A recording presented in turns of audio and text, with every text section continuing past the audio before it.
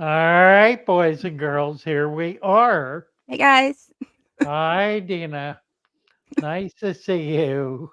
it's good to see you too, Father Fish. Thank you. Good to be here. We got top chat. Is the top chat or live chat? We want live Well, chat, don't we? yeah, let me Right. double. Yep, I got it set. Yeah. Danny Lopez from Venezuela. Nice to have you with us. Let me see if I can get you a ranch. Oh, you already got it. It's coming. It's coming whenever YouTube gets around to it. Let's see if we can get. Here we are. We are live. Yep, Ah, I've got the live open in the other thing, and it's just now catching up. I know, me too. It just popped open. It's so weird how that works. It's yeah, it's like almost a full minute. Yeah, it is. Chew, hey Chew, games are Danny Lopez. Yes, and Andrew Fennell, Mattis Factory. Mike Lee Wilcox is here. Haley, happy to see you. Nice to have you all here. All right.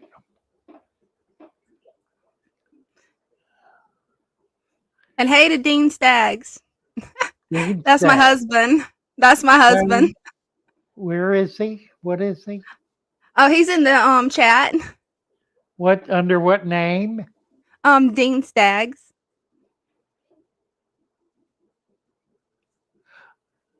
Games are.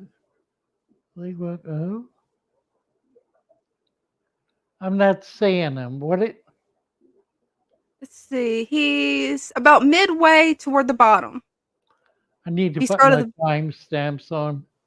Oh, I didn't put my timestamps on either.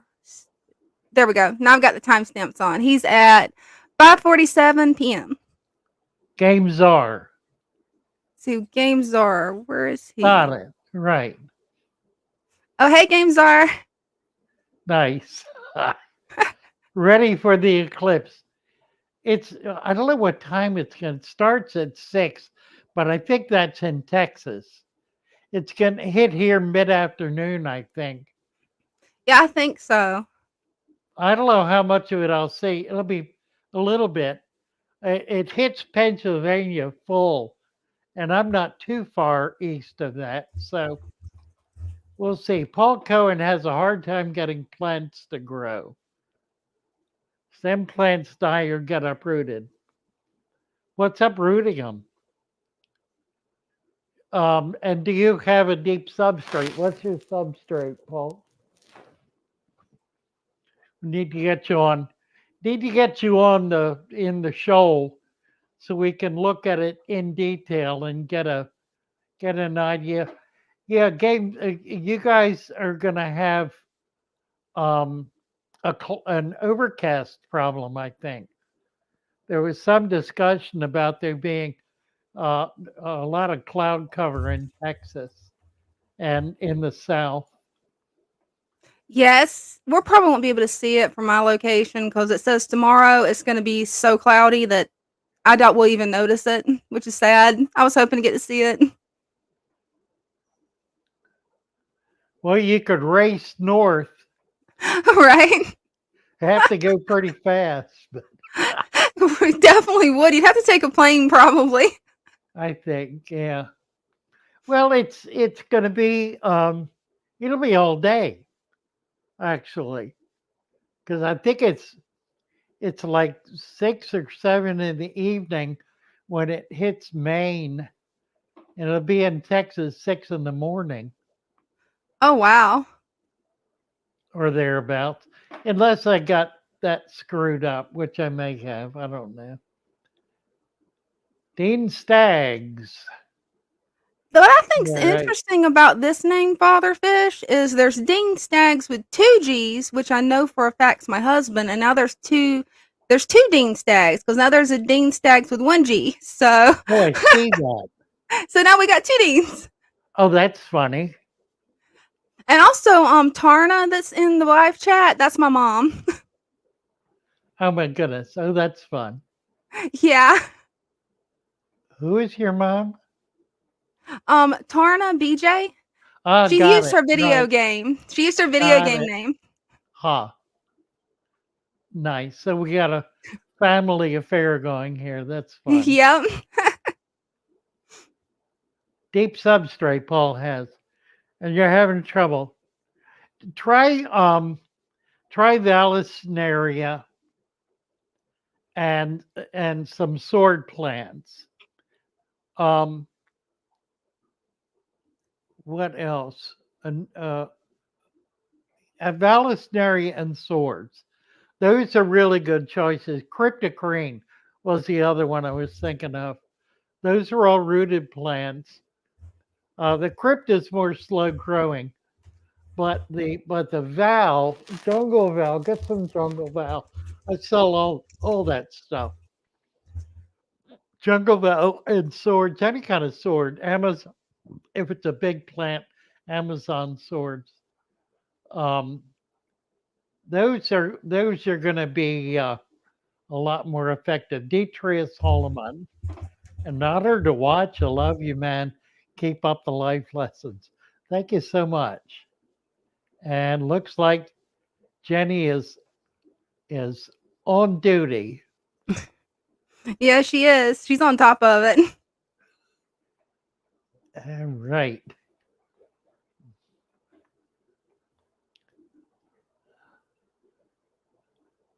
Is giving my fish the odd snack of bugs and worms from the garden okay, says Brent.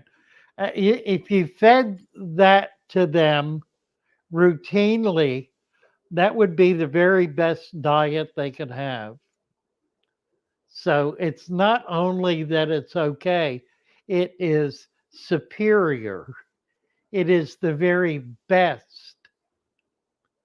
You could, Kernel's suggesting weighing them down. I don't know why. Well, it depends what's pulling them up. That could work. Yeah, that could. I Andrew like to said use lava that, rocks to weigh my plants down. that can work. Kieran from Ireland. Look at that. Jenny is just way ahead here. She getting That's awesome. getting all the wrenches going. Nice. Everybody gets a wrench. They love the worms. They do indeed. I wanted to ask Pebbling Creek about my axolotls. I got a big pair of axolotls from them, the albinos, last fall. And they, for the last few days, last week, I guess, they've been hanging at the top. And I've been feeding them, but I was feeding pellets. There's a pellet made for salamanders, and that's what I've been feeding them. They were eating them initially, but I think lately they have not been.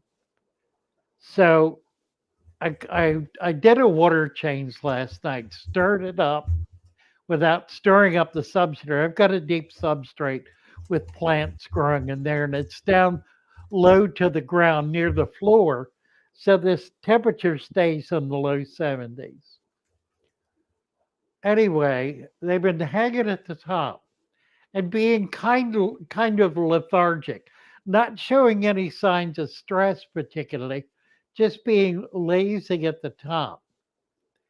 So I did about a 50% water change yesterday, and today they're on the bottom acting more normal.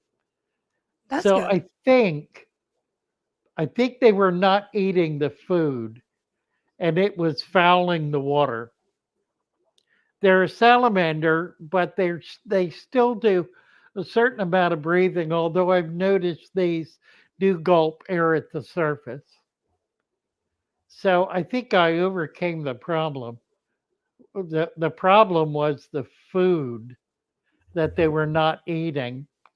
and there really is not much in the way of a food web in there. I haven't tried to build it.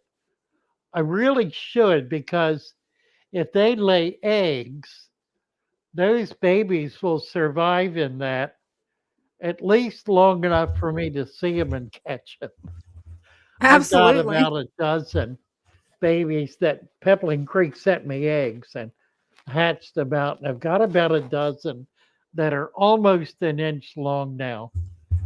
Um, and they seem to be coming along real well. I'm now feeding them baby brine shrimp, Oh, and that's awesome. I'm gonna move them out here into a bigger tank where I can see them and grow them out better.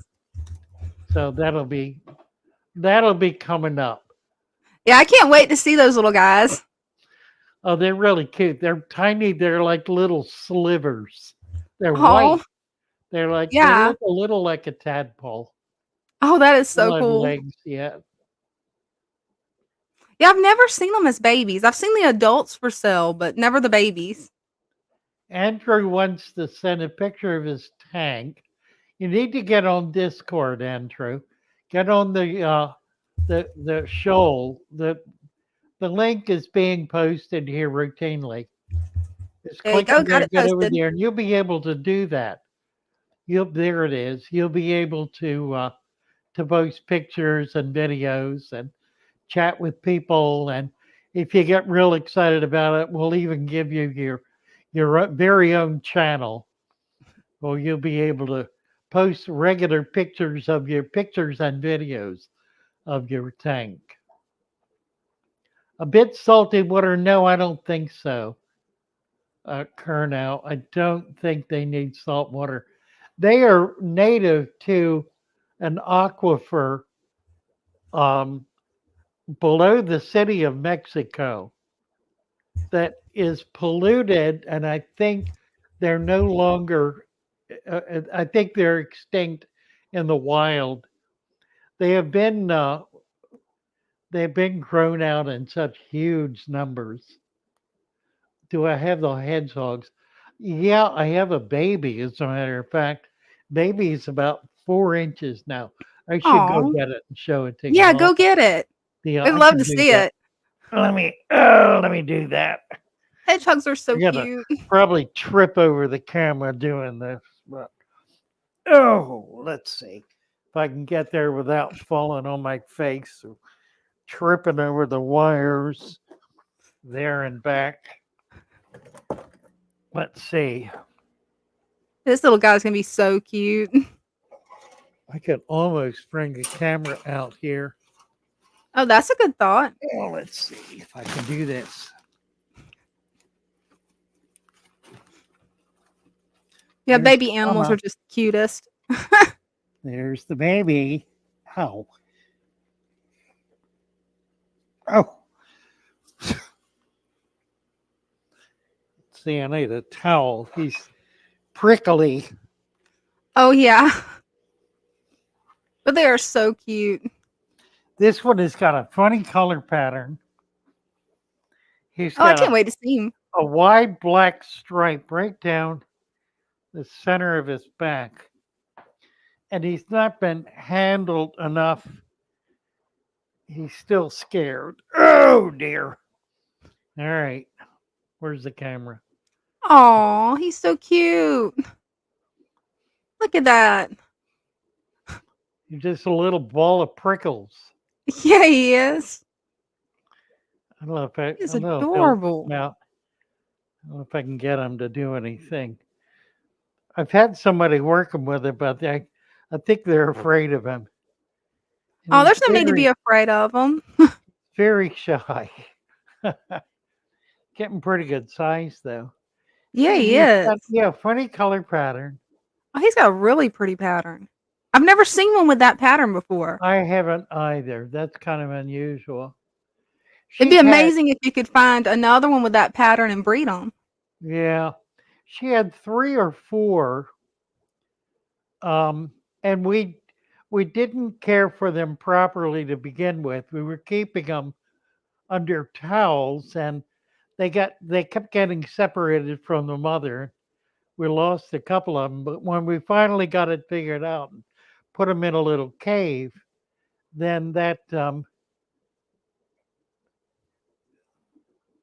I don't know. He's not gonna. I'll put him on my lap. Maybe he'll. Yeah, maybe once he gets relaxed, maybe then he'll come out. We'll see. Maybe he will. But yeah, they can be hard to care for from what I've heard. They can be difficult. Well, they're really quite. I've had them. I've had a lot of them. I had them in the shop, and they would escape occasionally, Oh no. get out in the shop, and be loose for months. I found Wow. several nests of them with I would have babies. never have thought they would have nested. That's awesome. Not funny. Yeah, Yeah. it is sort of a salt and pepper, except it's more like a band. Yeah. Kind of funny looking, isn't it? Look at that. It's got a beautiful Um, pattern. let's see if he'll open up. Maybe he will. Yeah, hopefully once Hedgehog he or gets calm, he'll porcupine. open up. Yeah, it's hedgehog. It's not a porcupine. Same color as your beard, says Christian. Yeah, yeah, that's interesting. Call him Milligan. Paul Cohen. He thinks the rabbit snails are pushing up the plants. I doubt that. Yeah, I've never kept rabbit snails yet. I haven't been I able to find have. any in my area. Mine have never spawned. I've had them for a long time, but I've never been able to get little ones. Um, I don't know. It may be that you're planting them too deep, and the stem is rotting because you're down too close to the soil. Put them no more than 1 inch into the sand. I don't know if you're doing that or not. Um, but I think what I would do is now when you say your stem plants are dying, does that mean every single one of them is dying, or one or two are dying? Because if you got them from me, then you got 16, 16 different species, and it would be normal for one or two species to not make it. So we need to know that.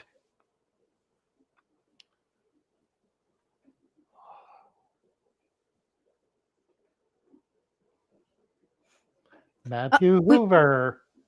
If I'm using oh, insufficient lighting, this is Telio. How does this affect the balance of the aquarium with this? Very, very good question. Oxygen bubbles on leaves. Is it a good sign of adequate lighting? Yes, it is. Insufficient lighting, how does it affect the balance? Um, there are plants that will grow in low light. In fact, a lot of plants will grow in low light. So, low light, probably on balance, I just went through a period of very intense light, experimenting with very intense light. And I have decided I am not a devotee of very intense light. It tends to create problems. Um, obviously, it creates algae, but I think ultimately it it I think ultimately it stunts plant growth. That seems odd and counterintuitive, that's but good I to believe know. it does. I believe it stunts plant growth having too much light. That's been what I've noticed anyway. I have a tank in back of me here. We can probably see it. This one Hmm. has angels, has a lot of plants in it, very deep tannins. Now, I had a lot of driftwood in. I took the driftwood out and put it in that tank.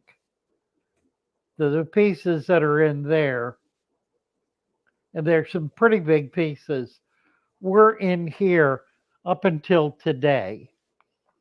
I've taken them out and I did a partial water change on this in order to reduce the tannins. It was much darker than that. It Oh was so wow. dark you really could not see through the tank. So I'm going to do it again and try to get the water clear, or it may clear up better. But I was looking at the plants, which I have not seen for a while, and all of the plants seem to be in pretty good shape.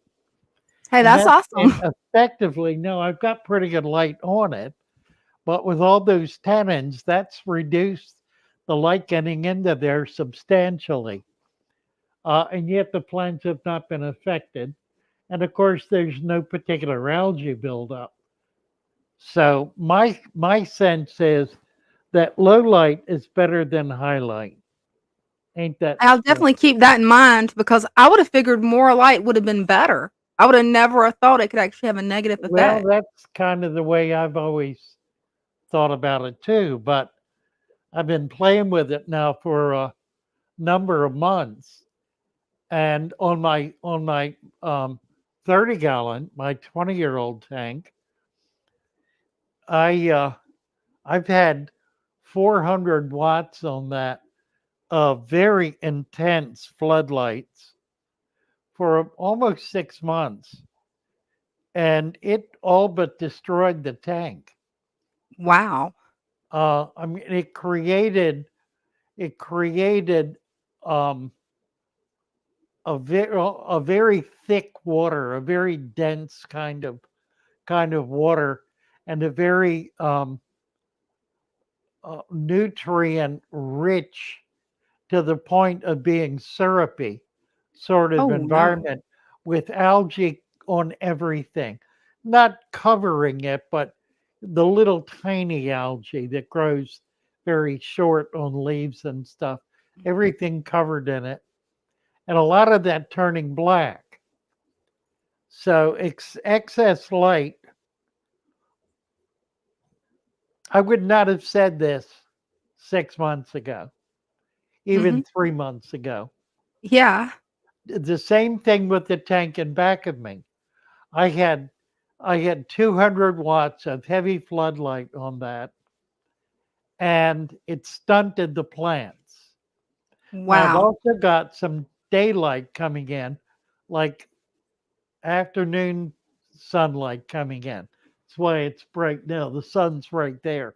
Sun is shining directly on it right now. Um, so it gets a lot of natural light as well as those. Same thing happened. It the plant growth was restricted by the amount of light it was getting. So I've always said you can't duplicate sunlight, and I don't think that's exactly what it's doing, but it certainly has not been all that beneficial. So more light, up to a point, more light is a good thing. Beyond that point, it's not. So That makes rather sense. rather odd, but there's a life lesson. Right? That's one I really did not expect. Yeah, I would have never expected that either. Oh, and GameZar has a question for you, Father Fish. Yes. I ordered my substrate additive. The compost at my local Walmart also has biochar and the fungi in it. Will that overload my substrate with the additives? No, I wouldn't say so. I would go ahead and use it. Um, I've experimented with some of those compound products, gardening products. I've not found any particular problems with any of them. Now, keep in mind the way we're doing substrate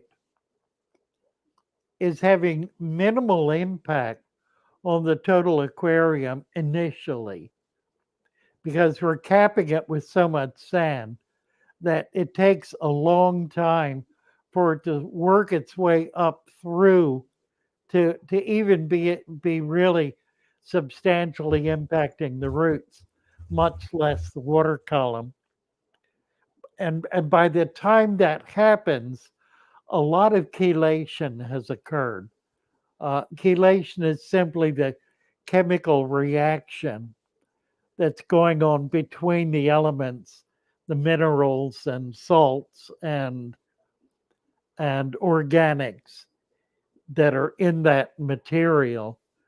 They interact with each other to up to the point where they're no longer interactive. And that's the point where they are so-called chelated, where they're stable, in other words. And more than stable, are thereby available, accessible to the plant as so that the bacteria can work on them to convert them to be taken up by the cilia of the plant roots. This guy is not moving a bit. Oh, he's still shy. Yeah, I'm gonna have to spend time with him. He's he should have been handled as a baby. We kind of freaked out. It's been some years since I've had them, and I lost track of how to deal with him. So he's big enough now to eat on his own. We're Oh, gonna that's put the pair good. back together for a couple of weeks, and then we'll separate her again and get some more babies in about 2 months, and we'll do this again. So That'll be awesome. that'll be fun. Yeah, You're gonna have to do a video of the babies. yeah, absolutely. Um, Megan Bokuk, she's been in the Discord talking about her nymph larvae. She got a lot of them, got a huge collection of them. I don't think you need to take care of them at all. I think you simply need to get some fish in there to feed them, to eat them, I should say. Yeah. Not to feed the nymphs, to feed the fish. And guppies are a good one to do because the guppies will go after them. Fish that's a little bigger, like your betta, you can put the betta in there. The betta will love it in there. What I would do rather is start taking out cups of that material and put it in your primary tank. That way you'll be feeding everybody. You've got an amazing culture. It's a very rich culture. Yes, I she would does. not get paranoid at all about what's in there. Anything that is small enough to be eaten is going to be eaten. And if you see a 1 inch dragonfly larvae, well, let's just say you won't miss it. It'll be easy enough to find. If you squish it, the fish will eat it up.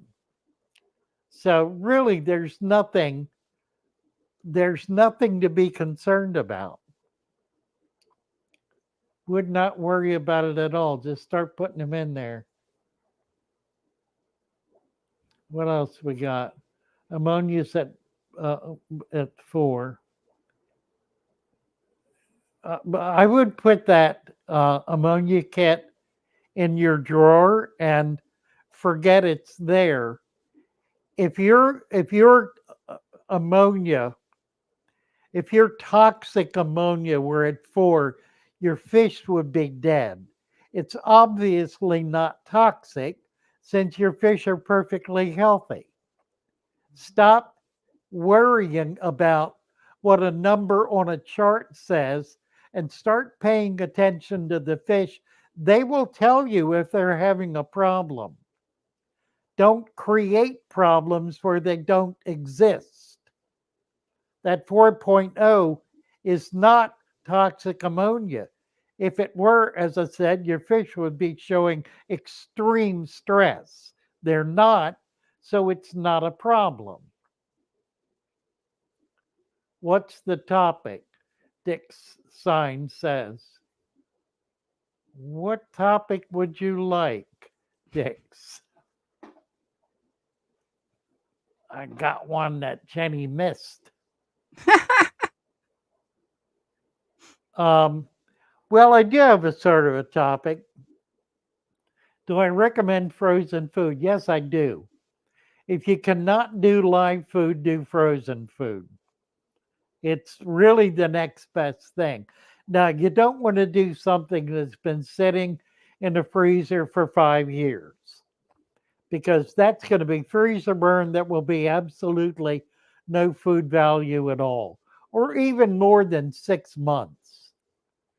So pretty much, if you wouldn't eat it, don't feed it to your fish. Pretty much, Right. right? Yeah. Megan, ammonia affects all living material. You've got that res jar full of all kinds of microscopic animals. I saw pictures of it. It's astounding. Yeah, it is. That is not a toxic problem. Take some of those out. Use a net if you want, a fine mesh net, very fine mesh net, and swirl some out and put it in your tank. Start feeding it. Waving their fins graciously, Noel says. Did Cornwall get locked up? Not by me. Has he been going out getting drunk and fighting again? Is that the problem? I think they're okay. The struggle would be apparent. Yeah, really. How do you mitigate planaria? Feed them to your fish is the very Yep. best way. Fish love to eat planaria. And if you don't have a fish big enough to eat it, try to find one. Find one that you can put in there. Gouramis will eat planaria. Pearl gouramis are not at all aggressive, and they're a very pretty and relatively inexpensive fish. Do pearl gouramis. A lot of other things you can do. Angelfish love planaria. You can do the angelfish. How a fatherfish cichlid tank works with only sand. It takes about 6 months, Lacey, for the soil lever to grow, to develop in an only sand tank. In other words, the waste, the mulm, the waste from the plants decaying and from the fish waste works its way down into the substrate and builds a soil foundation. It takes about 6 months for that to begin to develop. In the meantime, as it's precipitating through the sand, the roots of the plants that are in there will be taking up nutrients. So if you start with stem plants, they're going to be pulling nutrients out of the water column as well as out of the substrate. Do you feed or aerate your cultures? I typically do not. You can. Um, I typically don't. Although, let me back off from that. I have a number of 20-gallon tubs, about a dozen of them, set up. A lot of them have culture in them. They have a sand base, and I use them to hold plants, all different kinds of plants, because it holds them with a great deal of stability. Um, I do have variation in them. The main reason is to keep them from fouling because it keeps the water moving. If you don't have water movement and you've got very heavy um, food web material, mulch material, it will tend to foul. So by keeping the water moving, you're you're you're um, you're overcoming dead spots. That's what fouling is. It's it's CO2 developing in a given area and not being moved out through the tank to the surface where it can be removed or plants can be taking it out. So that's the primary reason that I like to use uh, um, a sponge filter because it provides us a very slow but very steady, dependable current, preventing those kinds of problems. Just got an elbow new pathos, Brazilian philodendron. Gonna try it in my axolotls. I have Vallisneria growing in my axolotl tank with just the tiniest light, a little desk lamp gooseneck with a tiny little single LED that's on during the day.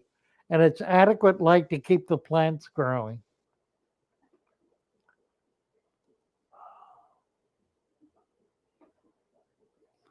A rogue paradise fish. Yeah, that's probably true. Megan, oh, okay. I didn't know it affected all living things. You answered everything. Wonderful. Your way has done nothing but make my fish happier than ever. Thank you for saving them. Megan, it's delightful to hear you say that because it's been a real struggle with you. You've been so worried and distraught and upset about everything. I'm glad to see you're finally just relaxing and enjoying the process. That's what it's all about. Yeah, it is.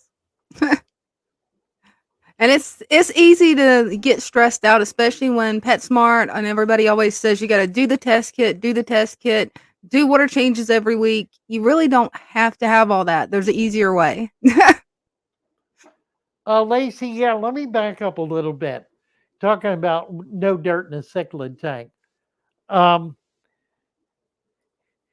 it depends entirely on the cichlids. If you're keeping Central American cichlids, and very few people do because they get quite large, like a foot long and more, many of them. There are some smaller varieties that only get to about 6 inches, but most of them get really big. They're extremely aggressive fish, much more so than Malawi cichlids, even. And they are inveterate diggers. So it is somewhat problematic with them.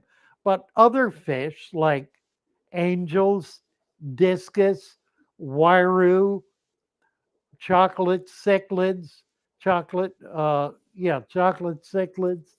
um, festivum. What are some of the other cichlids? Jack Dempsey. Jack Dempsey's a bit of a digger, but really not much, not in the way that some of these other guys are. How about Um, African jewel cichlids? Are they really bad they're diggers not. or They're a nasty. They're very aggressive, Mhm. but they're not a deep digger. The thing about most of the cichlids that dig is they're digging to find hardscape. They're digging down to rock, to base rock, where they can lay their eggs. So if you put a flat rock right up on the surface, they'll lay their eggs on that. They won't dig.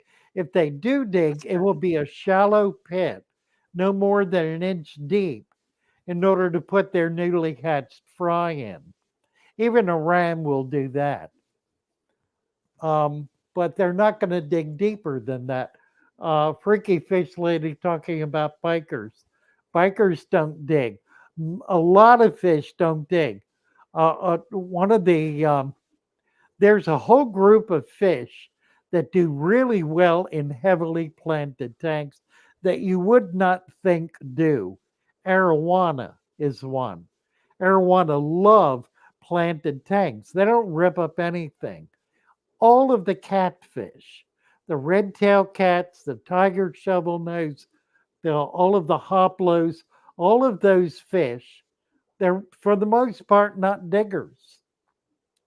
There are a few like the North American what's it called, the river cat, the Mhm. channel cat is a digger. It will dig a cave. That's an exception. There are a few exceptions, But for the most part, there really are not that many fish that are diggers, and an awful lot that are not. And you can prevent a fair amount of that digging by simply having a flat rock on the surface for them to lay their eggs on, and enough other another way to do that is to have a lot of hardscape, because that prevents digging as well. Hardscape, particularly for fish like the Malawi cichlids and the Victorian cichlids, their natural environment is hardscape. They live in essentially rock piles, but some of them are multi-ton rocks. I mean, they're boulders, but there are rocks as well, and even pebbles. So they don't do a lot of digging naturally. Yeah, that's good to know because I don't know why, but I've just always heard the myth that all cichlids were diggers. So I've always stayed away from them. There are not many that are actually. That's Oh good to God, yeah, know. I've had a lot of arowanas. Um, I've not been able to get to a really good fish store yet. Now that I'm getting more tanks set up, I need to get over to DC or down to Virginia or up into northern Jersey and start visiting some of the really good shops where I can get fish like Arapima, arowana, abba abba, those kinds of things that I really want to be able to do. I'm a big fish fan. I just haven't had them since my shop, so it's been almost 5 years. So I'm anxious to get back to a few. Probably I'll try to do abba abba and just do one, Gymnarchus niloticus. It's an amazing fish. You cannot keep it with anything else because I've it's never heard way of that too one. aggressive. It just kills everything, but it's like having a puppy dog. Oh no, that's cool. They're an amazing fish. This guy is so shy. Poor He little ain't guy. moving. And I can't really calm him down. There's nothing I can do. The more I touch him, the scareder he gets. A few weeks of working with him, he should come out of his shell. Quit being so shy. Poor little guy. Maybe hopeless. He may be just a little too big to be Yeah. able to do much with. I think we missed the window of opportunity. Pamela Pappenfuss can't seem to get a resurrection jar to not go foul. You probably have mud in it. Um, Try just leaves and not a whole lot. The rotted leaves. Then you can feed it with regular dried leaves. Try a smaller amount of material. That will not go foul as easily. Typically, they go foul from the mud, and it's just that it's too much of it. Small amounts work better than large amounts. All those fish get huge. They do indeed. They do indeed. If I can do this, I will put together a 500-gallon tank to be able to house some really big fish. That'll be awesome. Yeah, we'll see how that goes. How much would a 500-pound tank weigh? That would be have to be way over a ton. Well, yeah, it's more like 2 tons plus the Wow. tank. Yeah. It's 500 pounds. 500 gallons is 4,000 pounds. Wow. It's 8 pounds per gallon. 8 fives are 40, so that's 4,000 plus the tank. My tank was fiberglass and wood frame with a half-inch thick glass, and it was 10 feet long. So that tank weighed about 500 pounds. Plus Wow. I had at least another 500 pounds of sand in it. So that was 1,000. So I was at 5,000 pounds. I would love to set something like that up outside. That'd be awesome. Yeah, that's a way to do it. I was on a concrete floor so I could get away with it. I could do it here. I'm not sure I want to stay here. I've got to get through the summer and see how it goes. There's no effective way to heat this building, Oh no. so it's kind of problematic. Yeah. And if it can't be heated, it's not going to be possible to air condition it either. So Yeah. I don't know. The summer could be worse than the winter. If it gets really hot, that's going to mess things up. So I may not be here more than a year. We'll see how it goes. Hopefully it goes good, but yeah, that summer heat and the freezing temperatures in winter. Yeah.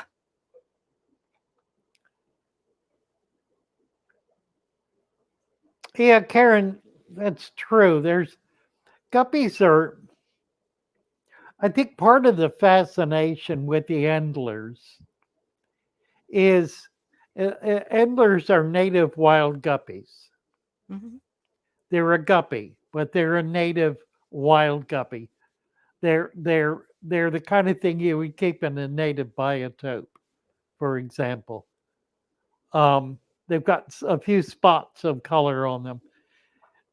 They're they're being bred, line bred to get different characteristics like sword tails or some iridescence or whatever. But that's moving toward the line bred, the fancy line bred guppies. It's fascinating to see that happen. That the interest in endlers was their uniqueness from the fancy guppy. And they're unique in that they're native. As they're being kept, there's more interest in line breeding them in order to get certain characteristics. So they're becoming fancy guppies again. Yeah, pretty It's just kind of much. it's kind of neat to see.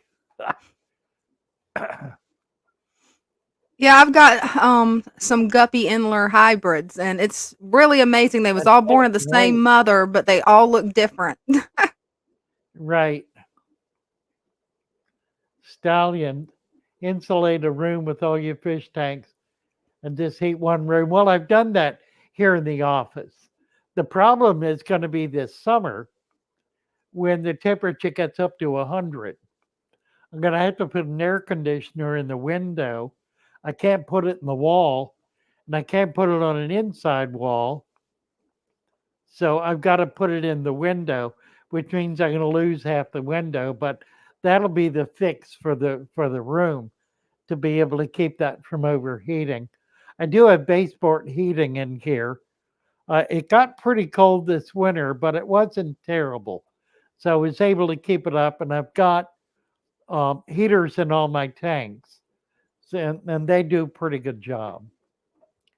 The more tanks with heaters, the more it's going to hold the temperature up in the room. And I can close the room off. Yeah, Madison, that's a have good any idea. advice for someone like me that has a lot of tanks, who wants to make a little extra money using the passion, maybe starting selling plants? Plants are an easy one and a natural one, and probably the easiest one to actually develop a market with. um, Depending on if you can do it through a local club. I know a lot of guys who do. They maintain the costs of their hobby by selling to their local club, by trading or selling in local pet shops, or even developing a small business online. It's not that difficult to ship plants, and they tend to ship pretty well. So that's a reasonable thing to be able to do as well. The other is we were talking about guppies. Guppies are an absolute natural to be able to breed and sell. If you get a decent strain, all you need to do is get that going for 2 or 3 generations, and you can make $1,000 in a matter of a few months doing that, which will teach you then what you need to do to be able to continue that process. Guppies are an easy one, and you can maximize the price on them.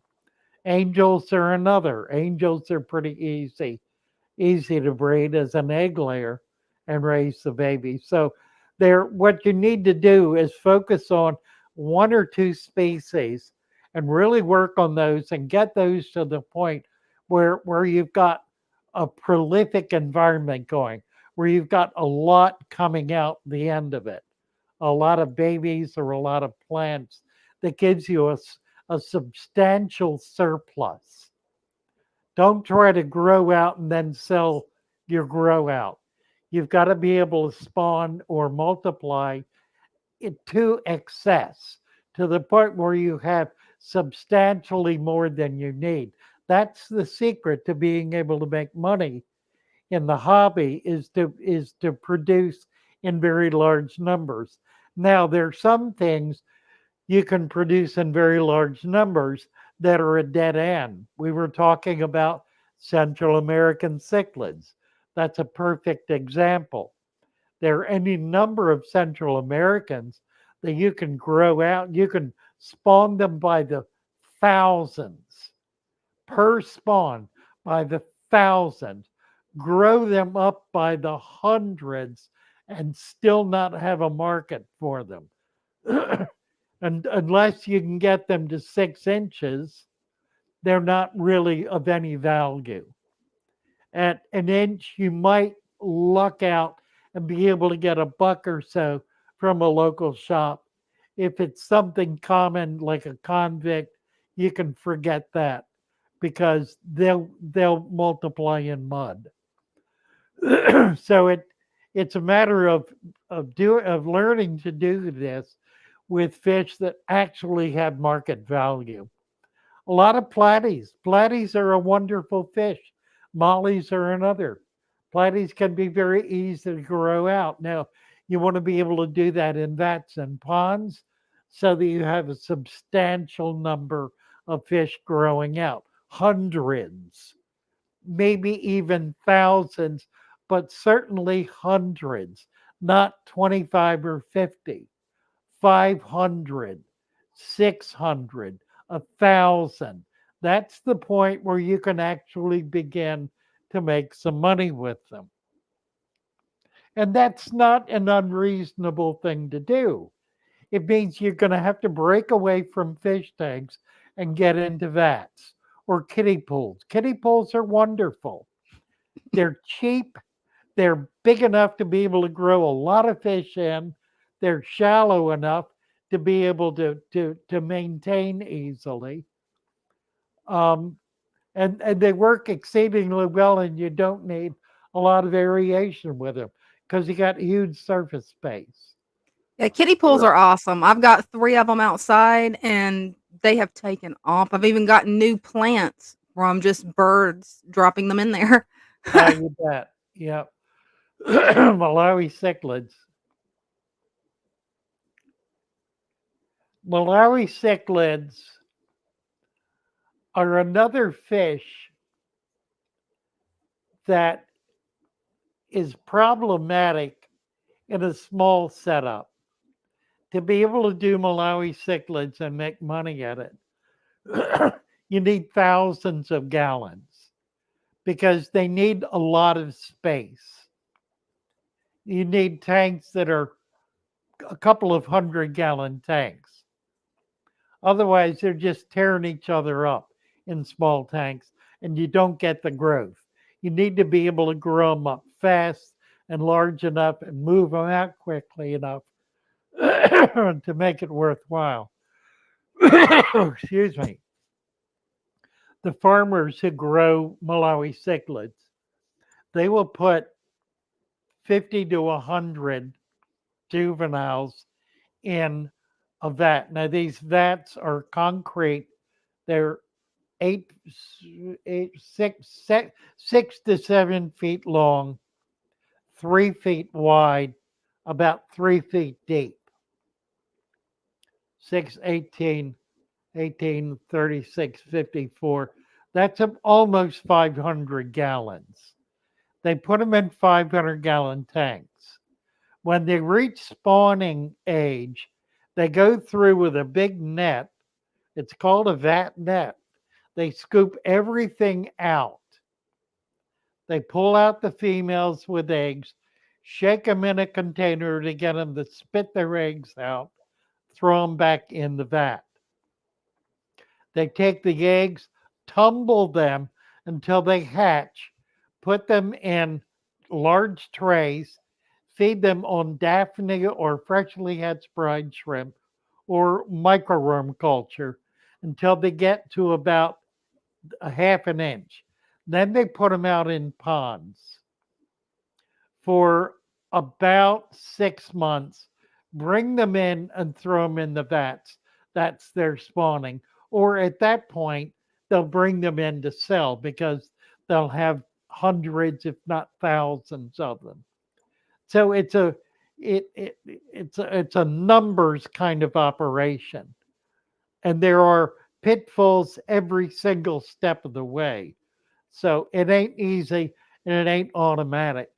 Used to be a lot of people got in the fish business because they made fortunes on paper, looking at the numbers and how the numbers work until they actually got the farm and started working it and discovered that for every 1,000 fish they put out in the pond, they harvested 10 until they Wow. figured out what was eating the babies. And Hmm. as I said, every step of the way is problematic. What's some of the We, pitfalls that goes along with raising fish?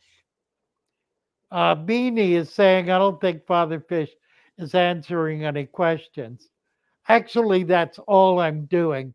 I'm just not answering your questions of the ones you've noticed because I can't catch them all. Uh, Data, see if you can catch some I'm missing. Okie dokie, will do. Yeah, I don't know what they're talking about. Yeah, I'm not sure either. I think that's all I've been doing is answering questions. Yeah, that's pretty much is it because you was answering a question just now. Right. Rock piles of your friends are breeding. Absolutely true. For breeding as well as for protecting the fry. Well, I see a question from Chris. Natural setup, 20-gallon long. Can I add 3 female betas with 13 mix of neon tetras and galaxy rasboras? Yeah, it shouldn't be a problem at all. The tetras and rasboras are big enough. The bettas are not going to bother them. They can't chase them. They swim faster than the bettas. They're too big for them to bite or eat. So yeah, it won't be a problem at all. And the bettas are not going to be they're not going to be beat up by neons or galaxies. So that should work just fine. I would put a male in there with them. You get some spawn. The neons and galaxies will eat all the babies up, but you can put a male in that as well.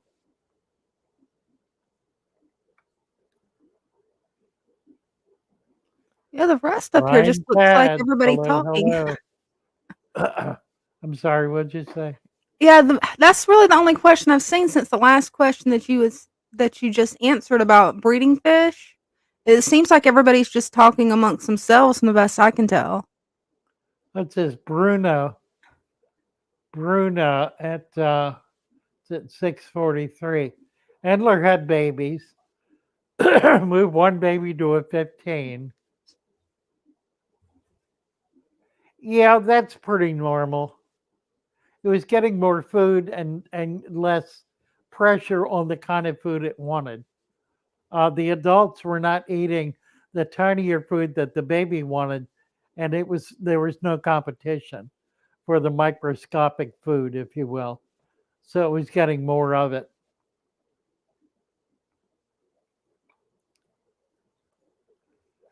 See, Leonidas. There it is. I have an axolotl. I wonder if I could have something that could eat the algae without harming. Well, you could put a pleco in there. Um, you're going to need to be somewhat careful because of temperature. A common pleco would work better. It's not going to bother the fish, the axolotl, and the axolotl's not going to bother the pleco. Pleco, unless there's something, I haven't done this, so I don't know whether the pleco is going to bother him. I don't think it will, but it might. I would get a common pleco and try it. Keep a very close eye on it. You might contact Peplin Creek and ask them. They do a lot of plecos and they do a lot of axolotls. See if they've experienced them together and what their experience has been. I'd be interested in that as well. That could be a really nice fix.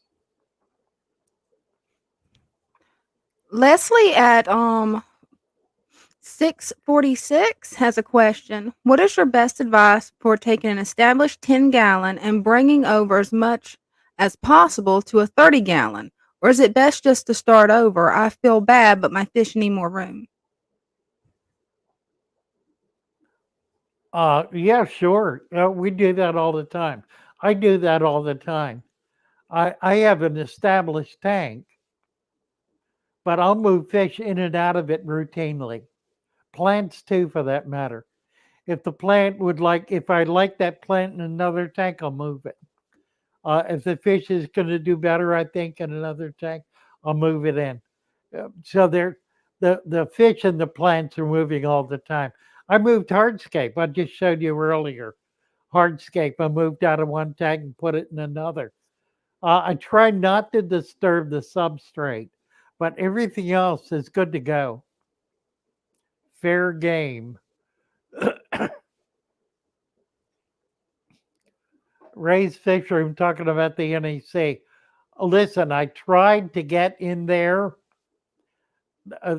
I was very enthused about the topic. They were not interested in natural aquariums. They were only interested in returning native, rather tank bred fish to nature. So I don't know. I was disappointed, frankly, that they were not willing to focus on the natural aquarium. Um, it kind of puts me off the NEC, frankly. I think there are a lot of hard heads in the hobby, especially in New England, who only know how to do things one way and are not open minded at all about learning anything new. And the problem is they've become very successful at what they're doing, and they simply don't want to change. They don't want to they don't want to look at a natural aquarium because they don't want to have to deal with it. They think they don't. They actually don't know. They don't understand what they're saying no to.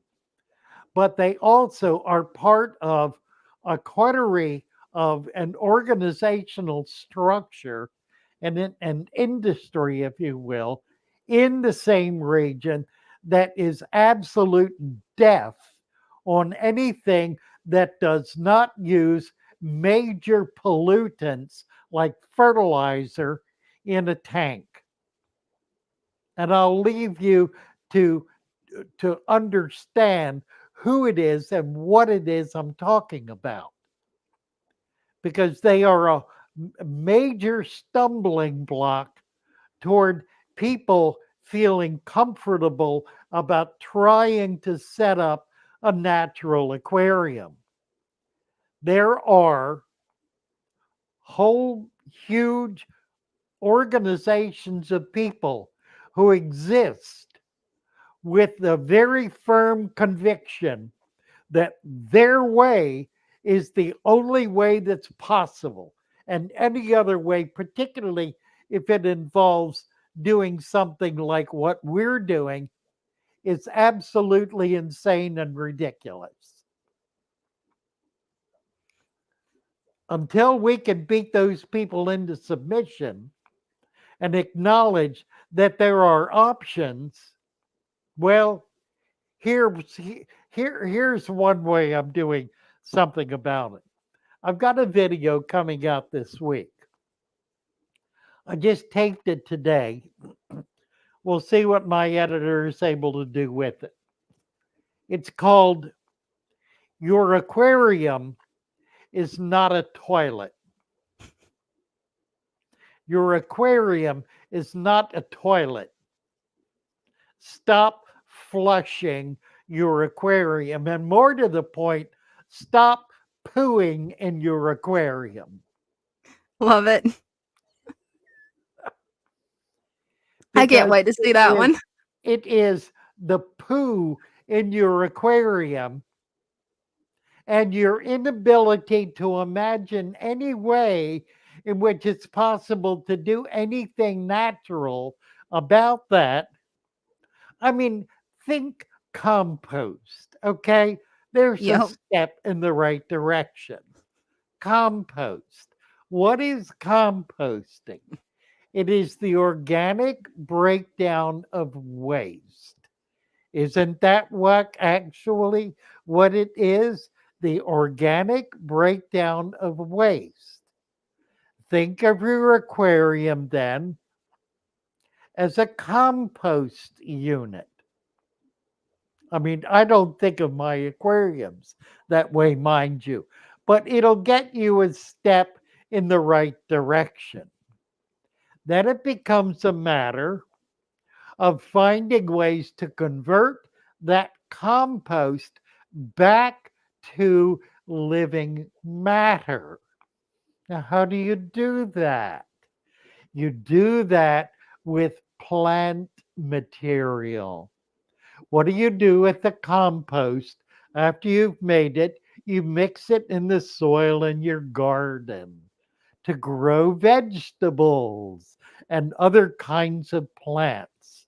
You can do that in your aquarium. You're creating a deep substrate, a composted material. You're capping that off with sand so that it doesn't rise into the water column and foul your water. You're creating an artificial layer. It's semi permeable. It allows for precipitation and a very slow, very slow rise into that cap in order to be able to nurture the roots of the plants you put in there. There you have a cycle. Think of it. How amazing, how complex, how difficult, how absolutely obscene to do that in an aquarium. Why? Why, it can't be done. It's impossible. You would have to have a 5,000-gallon swimming pool to do that. No, you can do it very effectively in a 5-gallon tank or even a 1 quart jar. And it'll work with complete, absolute, persistent effectiveness. You will never need to flush your tank again because all of that poo that's going in there is being broken down and is being converted into plant material. How wonderful! How wonderful. Except that it really is the simplest and most natural thing you can possibly do in a fish tank. What do you think Walstead was talking about?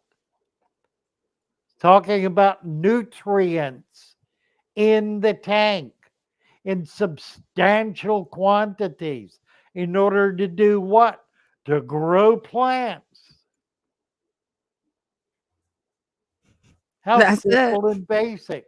Now, there were a couple of problems with that, not major, minor. We overcame them. They are no longer problems.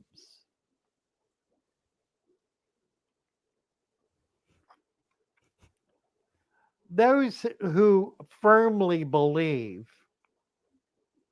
that the only way to keep big fish is in a half an inch of gravel on the bottom and gravel vac that out once a week and change 50% of the water once a week. I'm here to tell you, you don't need to do any of that. You can put 4 inches of sand in that tank,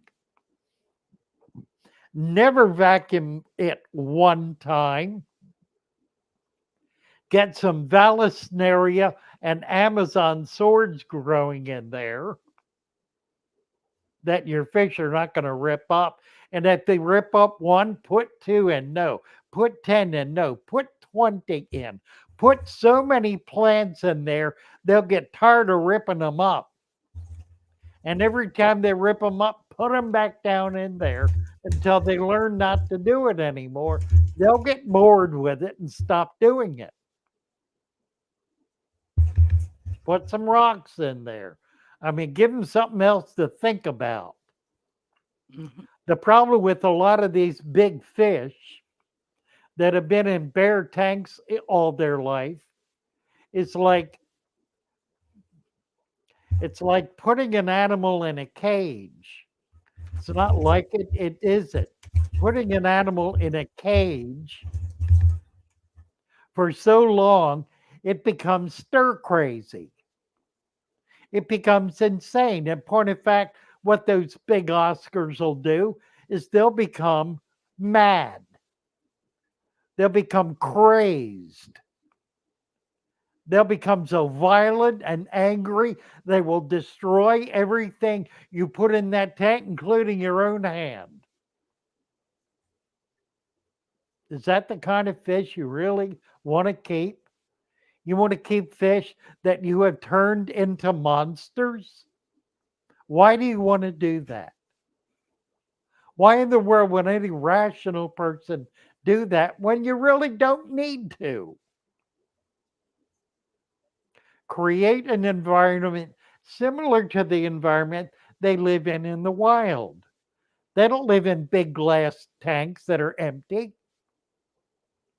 They live in ponds or creeks or streams that have dirt on the bottom and plants growing and rocks all over the place. Maybe. You can do that. It's a perfectly reasonable thing to do. This sun is flat. Look what it's doing. It's Yeah, it's pretty cool looking. yeah, the sunlight is coming in through the window, coming in through the fish tank, actually. It'll set in another 15, 20 minutes, probably. Until then, it'll look cool. Can I put some sand from a desert in the Betta tank? Absolutely. The best place to get sand is wherever it exists. The best sand to get is the sand that you can find.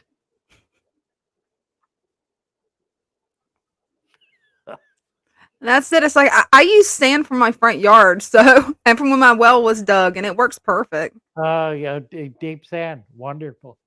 Hmm. Lloyd Goodyear. Hello, hello.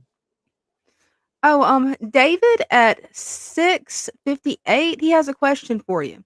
Father Fish, did you see the new species of blueberry snail that Alex from Fishery did a video on? No, I didn't. Is it a nearite? Do you That's a know? good question. I don't know. I haven't had time to see the There are a video. lot of colorful, colorful very colorful rainbow nerites that are finally beginning to show up. They've been all over the Far East for years. Oh, wow. Yeah, I And then can't wait to baby see wet that. clouds Chloe has. Um, if you see the babies are being eaten, what you can do is remove some and grow them out. Grow them out in a kiddie pool. They'll grow fast that way and they'll Mhm. be safer. Hagen is not sure the pleco is a good idea. Okay, I want to get some why. They use snails and shrimp. Let's see. Can't put a pleco. The axolotl will eat snails, fish, and shrimp. Well, I don't think they will. The axolotl will eat fish and shrimp, but it's not going to eat a pleco. Not if it's big enough. Um, I'm going to follow through on this. Has anyone seen a fish that swim along and have sudden death? Oh, yeah, absolutely. I haven't seen it for a very long time, but I've seen fish have heart attacks. Um, not well. Usually, it occurs when a fish is put in a new environment, and it'll happen within a very short period of time. Often, that's a function of pH, of them coming out of an alkaline tank and being put in an acid tank, and it'll actually cause because the water pressure is different. It'll cause the cell walls of the fish to rupture, and they'll die the most dreadful death. But I've also seen fish die. Try to remember. I think it's stress related, being chased or something other stressful that'll cause their heart to stop. I've seen that kind of thing happen. Thankfully, I've never seen this happen yet. I had no idea that was a possibility. It's pretty Wow. uncommon. I've seen it maybe once or twice. Certainly not often. Oh, at Can happen during 7:01? water changes or temperature differences. Yeah, anything that would create serious stress. That makes sense. I just never Blueberry, thought of it being a snail, or possibility. raspberry. Yeah, don't know what that is. I'll have to look into it. Maybe Mhm. I'll get him to send me some. At 7:01, Jewish Education at Home has a question. Hi, we are about 4 months in with fish keeping, and I'm constantly learning new things with my kids. I am wondering where we would start with making a natural aquarium. Thank you.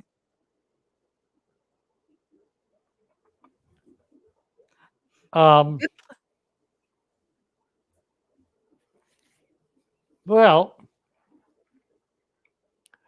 get on Discord, research the system that we propose, and then you can either get the material, buy it yourself, and put it together. You can buy it from me, or you can do some variation of that. Now, you want to be somewhat careful with the variations because you can do it in a way that's inadequate. The key is an inch of soil and 2 inches of sand. That can be anything you want it to be. The closer it is to the formula, the more successful you're going to be. But if you want to take your kids outside and scoop up some dirt, put an inch of dirt in the tank, gather some sand at the beach, uh, put 2 inches of sand on top of that, fill it with water, and plant some plants that you've collected from a creek or a pond. That will work brilliantly. It'll be totally effective, and your children will learn a lot about how to set up and maintain a natural system. So you can play with it and do things that are 100% natural that'll be effective. Brand new to the hobby. I wonder where they're from. That's a good question. I tagged them and have the Discord link where they can go to Discord because Discord, it is an amazing resource. I mean, absolutely amazing. That Sloths channel has and helped me pests so and much. blueberries. Oh, they're from Pennsylvania.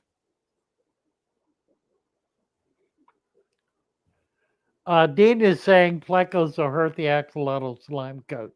If they will bother with them, my guess would be that the axolotl are not going to let them get near them.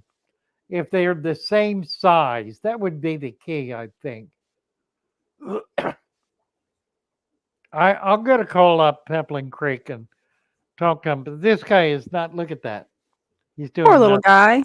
He ain't moved an inch Oh, in a half an hour or more. I figured he would come out by now. Black gravel, mixed black gravel. Yeah, you can also get black sand um, from Tractor Supply. They have a blasting sand that's nice. But you certainly can mix gravel in with the sand.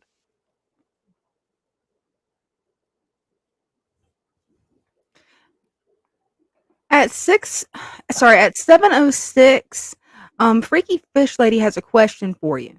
Will a 120-gallon tank be big enough for 2 red parrotfish?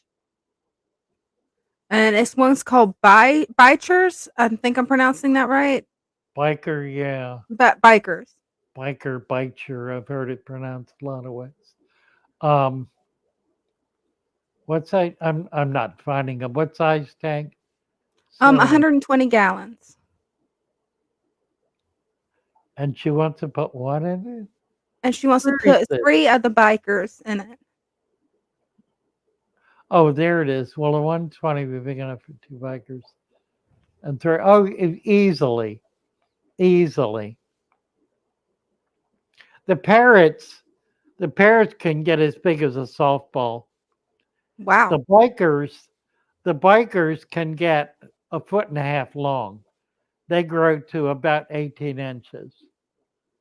A 120 is minimum 4 foot wide, 18 inches to 2 foot deep, and roughly 2 foot tall.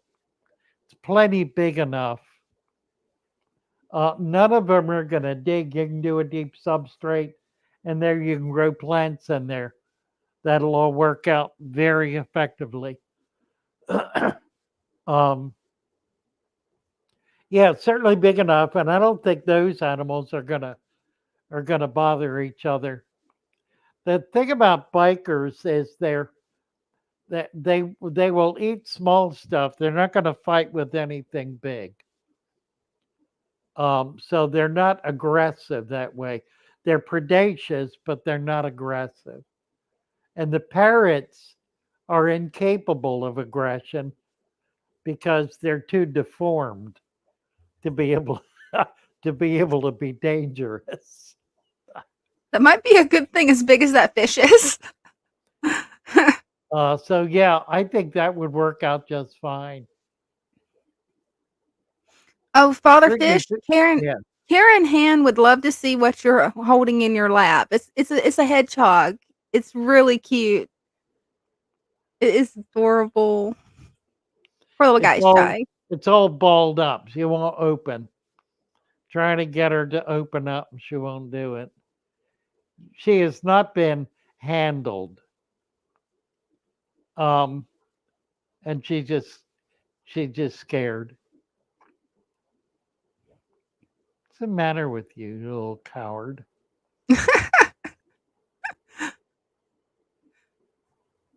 Maybe eventually she'll come out. Eventually. Yeah, Winslow talking about chemical ferts. Yeah, they're a terrible thing to put in a fish tank. They're terrible for plants. Fertilizer is terrible for plants. I love all of you have heard this. I've taught it a few times. The purpose of fertilizer is to create a certain kind of growth on a plant. In a farming environment, the fertilizers will be used that produce leaves or fruiting. They don't produce roots, they don't produce stems. They produce leaves and they produce fruiting. Now, how do they do that?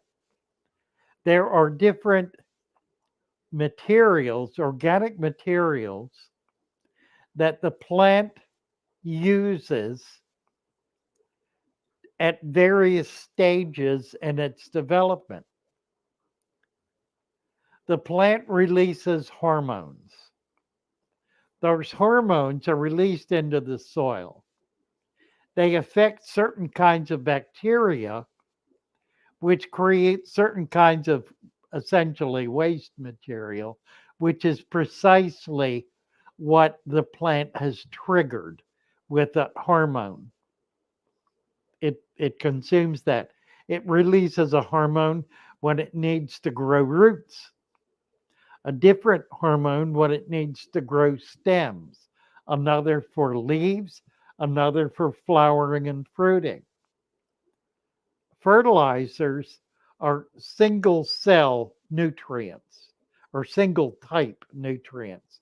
They're nutrients that are designed to do a specific thing, either grow leaves or fruit. So, a corn plant, for example, will have roots an inch long or less, tiny little roots, none to speak of.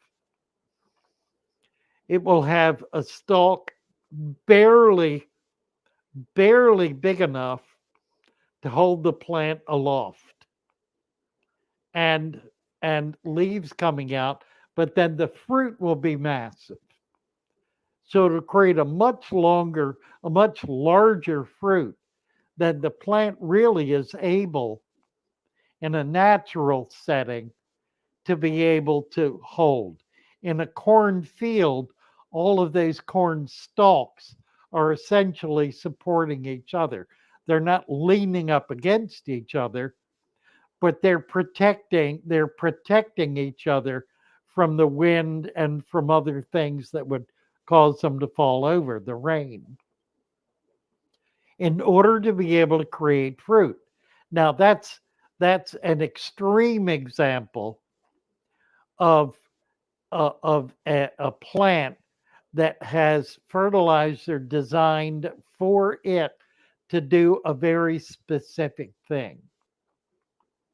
Any fertilizer you put in a tank is going to have a very specific formula. That formula will do one thing for that plant, whereas that plant needs three or four different things done for it, three or four kinds of organic material for it to be able to absorb to grow naturally and normally. So if you have a fertilizer that grows leaves, which most do, it's going to have a very poor root system. That root system will prevent it from being able to find adequate nutrition on its own. So once those ferts are no longer there, the plant fails. A plant grown in a natural environment will grow every bit as fast as a plant with fertilizers. The difference is that its speed of growth will be divided by the various aspects of the plant that are growing. So rather than spending 2 units of time growing leaves, it will spend 1 unit of time growing roots and 1 unit of time growing leaves to to clarify the example. The plant is growing as fast as it would otherwise, perhaps even faster, but it is growing more stable, more solid, more capable of supporting itself and sustaining itself in the environment it's living in. Fertilizers are never a good thing to put in a fish tank. If you have no nutrients, they may be required to keep the plants alive and growing. That doesn't make those plants healthy because it is not providing for them a natural environment. Tell that to the crowd that wants to fertilize their plants every day and see what they say. They won't like it one little bit, will they? No, they won't.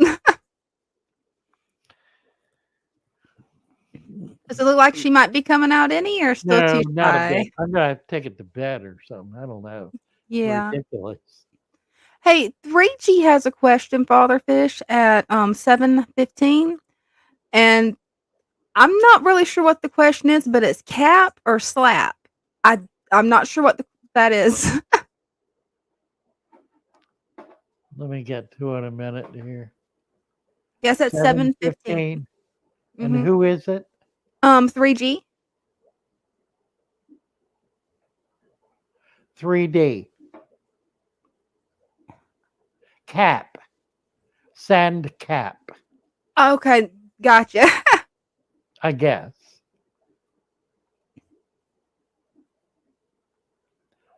Michael Donnelly is saying, thank you, Jay. I'm waiting for the cloudiness to go away before I add plants or anything. No, Michael, no. Add plants immediately. They will clear the water, they will remove the cloudiness. That cloudiness will be there until you put plants in the tank. Put plants in the tank. And then, as soon as you do, put a few fish in the tank.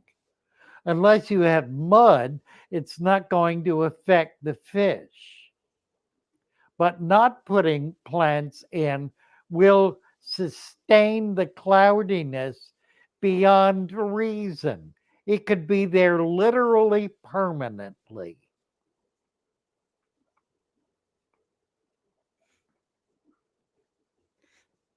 David Once at once the 7:17 has tank is set up, add plants day one.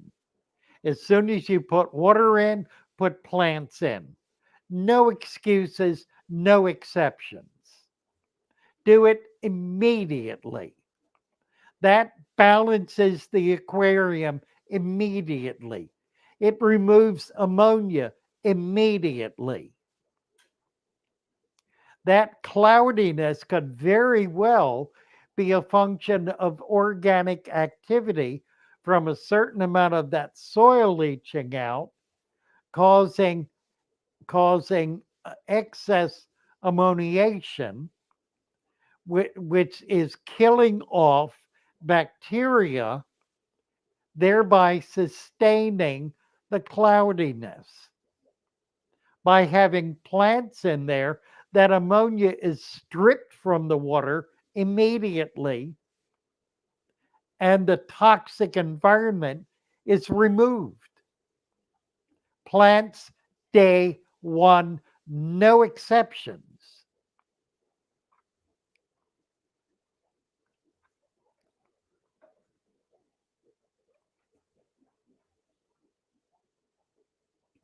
at 7:17. David has a question for you. Can a male beta live in a healthy resurrection jar? Absolutely. And we'll love it. That's its natural environment. They live in marshy areas up close to the shore. They don't live in open water. They live in very closed environments with a lot of plants, a lot of decaying material. That's what they feed on. They feed on all of the microscopic life that's growing up in all that mulch and uh, um, detritus, all of that waste material. So it's a perfect environment for a betta. If you want to maintain a betta in a small container, do it in a resurrection jar. Do it with a lot of that basic material in there. Now, don't put too much. You want to get it established first because it is possible to create a foul environment and that'll kill the fish. You don't want that. You want it stable first and then put the fish in it. The main reason for that instability is mud.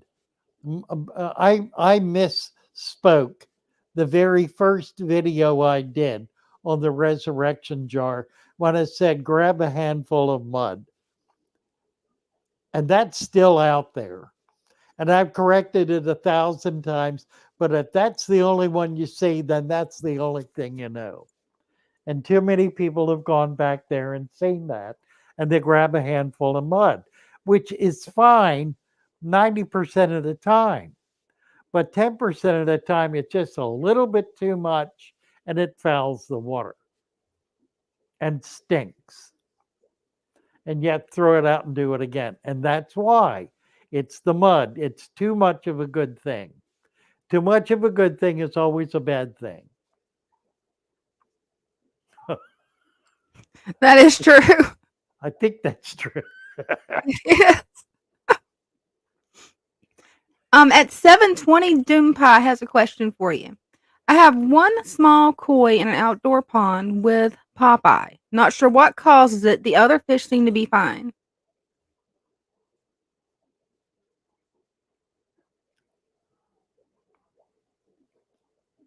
Where is this? It's at 720, and the commenter is Doom Pie. Huh. Popeye is a function of bacterial. It's a bacterial infection. I would suggest you take the fish out and treat it. You can put some Bacitrin on the Popeye if it's fairly new. If it's disfigured, if in other words it's a permanent condition, then there's nothing you can do about that. But if this is something new that's just happening, I would treat it right away.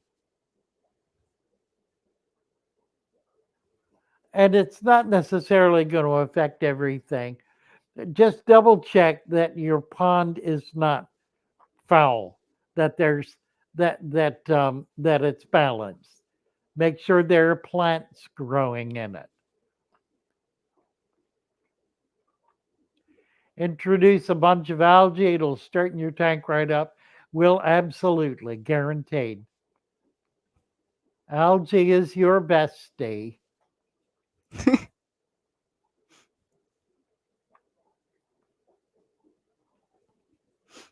At 721, Flipman has a question for you. Besides beta, what other fishes can I put in a resurrection jar? I am worried about Hydra planaria. I was considering adding CPD or dwarf chain loaches.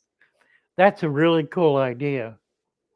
Yeah, it The is. loaches, yeah, the loaches would certainly eat up all the planaria and probably the hydra too. Um, CPDs are a good choice too. I don't know, it's think about it this way. The resurrection jar is for all intents and purposes a natural environment. So anything that can live in a natural environment can live in a resurrection jar, given given the limitations of size and capacity. So considering that, I mean, if you want the resurrection jar to be a 10-gallon tank and put a 2 to 3 inch fish in, that'll work. You couldn't put it in a 1 quart jar, but you could put it in a 10-gallon tank. So there's that kind of distinction. But other than that, the whole the whole sense of this is to realize that the food web is a condition of a natural condition that nurtures all of the higher order animals that are living in that body of water. That means all of the fish that are in that body of water are there because they're being nurtured by that food web, by that resurrection material. So the resurrection material is not foreign to or not in any way in conflict with the natural function of the fish. It's just the reverse. It's a basic requirement of the fish's natural stability and natural health because it provides the nutrients and the water conditions that fish require in order for it to be at its in its optimal condition. And this is what people notice when they create a food web is that suddenly the fish have more color, they're more active, their behavior is changed, they're functioning at a more optimal level than they are able to in an unnatural condition like a gravel fish tank. Hmm. And it's an Creating amazing difference. it absolutely is. And you can see the difference in the behavior of the fish. They're acting in ways that are normal for them Yeah. rather than abnormal, like up and down the glass. Yeah. Any fish that's up and down the glass is doing that for one reason, and that is to get out of there because they don't want to be there. It's Hmm. not a nice place for them, and they're trying to escape. It's like a lion pacing in a cage. Same thing. Trying to get out of that restrictive, confining, unhealthy environment. Creating a natural environment allows the fish to function in a natural and normal way. It'll swim around through the tank. It'll treat it as a home rather than a place to escape from. Montana Hill has a question for you, Father Fish, and it's at timestamp 724. Do you need to boil to sanitize any limbs or sticks you choose for your tank? I read this avoids any harmful bacteria or other issues. Is this true? I don't know what harmful bacteria is, and I am not aware of any other issues other than the possibility of toxic sprays that have been sprayed on fruit trees, for example, that are permanent sprays and not sprays that break down. Permanent sprays are not even allowed anymore. It's not even legal to produce them. Any toxic spray that's sold commercially has to have a lifespan short enough that it will be broken down before that product reaches market. Flipman, $10 super chat. Thank you so much. Just started this week and watched most of my videos, most of your videos. I use media contra soil, then adding potting soil, then sand on top. Also, what if it's a 1-1 inch ratio instead? Is that okay? Probably not. Now, 1-1 ratio, what, soil to sand? I assume you mean soil to sand. The difficulty, and with your soil, it may not be a problem because the contra soil is not going to leak as much. Here's the principle: larger matter rises into smaller matter. It does it to its depth. So 1 inch of soil is going to rise 1 inch. That will thin it effectively to the point where it will be at essentially the same density as the material above it, and it'll stop rising. So if your sand is 2 inches and it rises 1 inch, it's not close to the water column. If it's 1 inch and it rises one inch, then you have the likelihood of that soil entering the water column. When that happens, it creates excess nutrients in the water column. There are ways you can deal with that, like by having more anubias, more ferns, more of the kinds of plants that absorb nutrients out of the water column, floating plants, for example. But you're going to probably wind up with excess nutrients and depletion of those nutrients in the substrate. That's why 2 inches. Now, a finer sand, will it retain better? I don't know. I think so. I'm going to be experimenting on this. I forgot to do it in these two tanks I just set up. I did buy some fine sand. I will do that in the next tank I set up to see if that works. I don't know.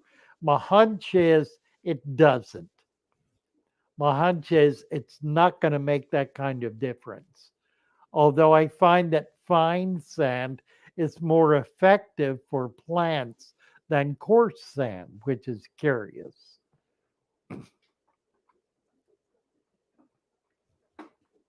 Used red fine sand and also ordered white sugar. I'd love to know what your experience is. Flipman, please. Yeah, let me know how it works out. At 7:31, All Wall Lead has a question for you. Is hard-boiled egg yolk good for beta fry? Yes, but not raw, not chunks of yolk. The way to do this is to take the yolk out, wrap it in a cloth, like a microfiber cloth, and squeeze it into the water. Don't even squeeze it in that tank. Squeeze it into a separate container in order to get some of the very finest material into that container, and then pour some of that in the tank. That's what you want. If you put a clump of egg yolk in there, it'll simply foul the water. It's way too much and it's way too thick and dense for the fish, the baby fish, to be able to do anything at all with it. It has to be suspended in the water column. So the way you do that again is squeeze it in a towel in water so you're getting very fine, the finest possible material, suspended in the water and pour that in. That will effectively feed the baby fish. It's not as good as micro worm, but it'll work. Don't do it by just throwing pieces of egg yolk in the tank. That won't work. Yeah, if your water turns brown, then you haven't got it capped. Mosquito bats, perfect, perfect, perfect fish food. Yeah, they are. Is there any animal that can clear your cloudy water. There's no animal, but plants can, and plants do. Load it with plants. 50% of the tank should be plants. If you will do that, the water will turn crystal clear. There's no fish, no animal that'll clear water, other than perhaps a bivalve. A clam will do it, or more to the point, several clams will filter it out. That's possible. It's also possible it could die, but I would put plants in because they will definitely clear it.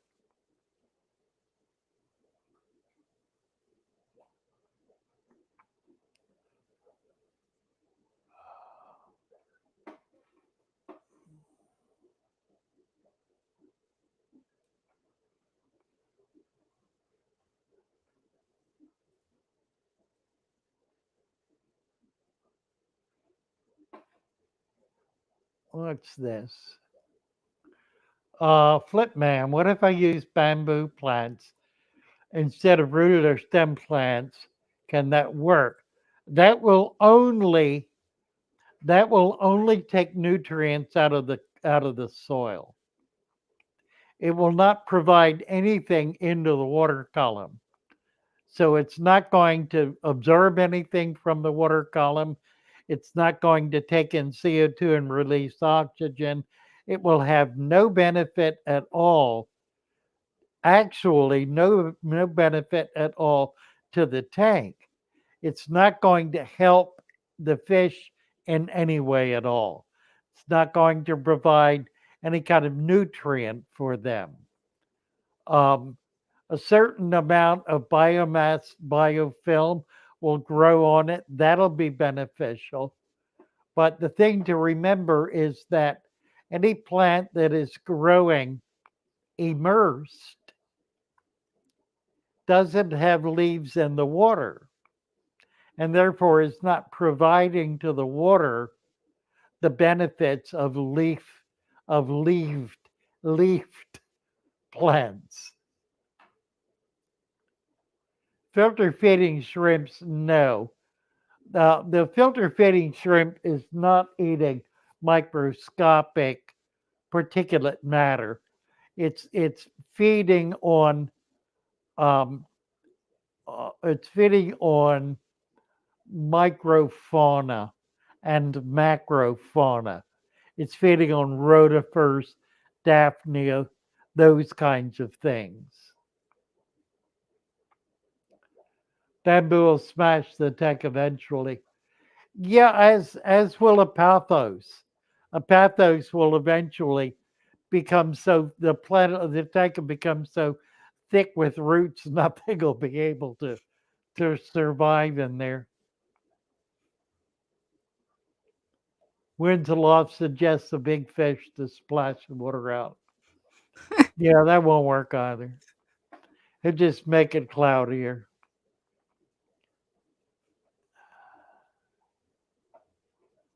Can pathos grow mostly below the water level? Not the leaves, only the roots and the stems that lead to the roots, if you will. In other words, it likes to have its feet wet, but its leaves cannot live in water. It's not an aquatic plant. It's like a bog plant. It must have its leaves above the water level. And I found out the hard way that the leaves, whenever they die under the water, can be toxic to mystery snails. Did I get this other? I did not. I did. What is? Hmm. Oh, okay, I did. Right.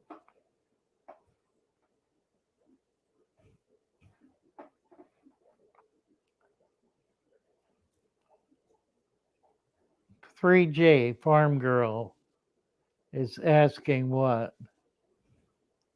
Let's see. Farm Girl wants to know, can Pothos grow mostly below water level. Oh wait, I think you just answered Oh, this one. yeah, I just answered Nah. that. 3J said it'll grow completely underwater. No, it won't. The leaves will not grow in the water. They cannot feed aquatically. The leaves cannot. The leaves need air in order to be able to Mhm. breathe. Otherwise, they'll rot. It's peat moss as good as plants. Peat moss is not living material, it's dead material. So, no, it's not as good as plants.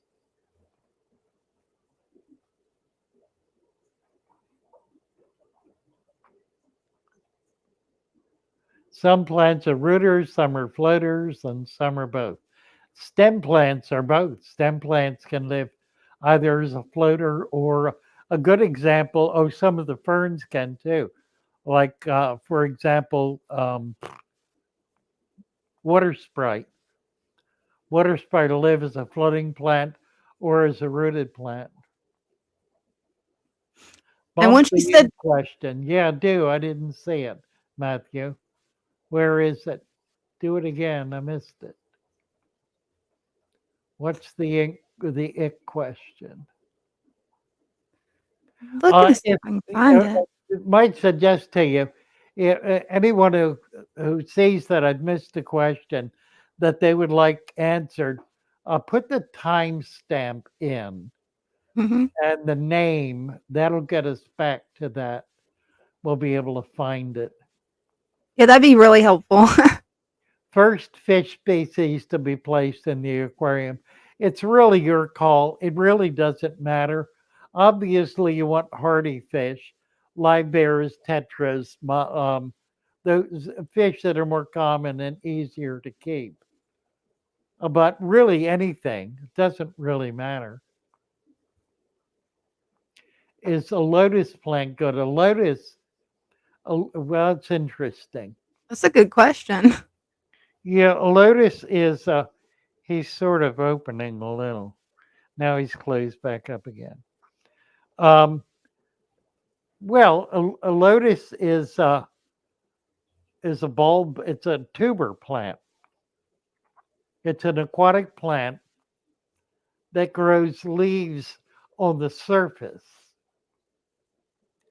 but its root, its stem are all aquatic. So it's kind of like what we're talking about. Um, and it will grow there. It will grow like the tiger lotus will grow leaves in the water. It's a different kind of leaf that is able to feed in the water. And then when it gets a stem up to the surface, it grows a very different kind of leaf at the surface. There are plants that'll do that. There are plants that will grow one kind of leaf underwater, a completely different kind of leaf when it becomes immersed. Plants like that do not flower in the water. The flower must be above the water for it to be pollinated.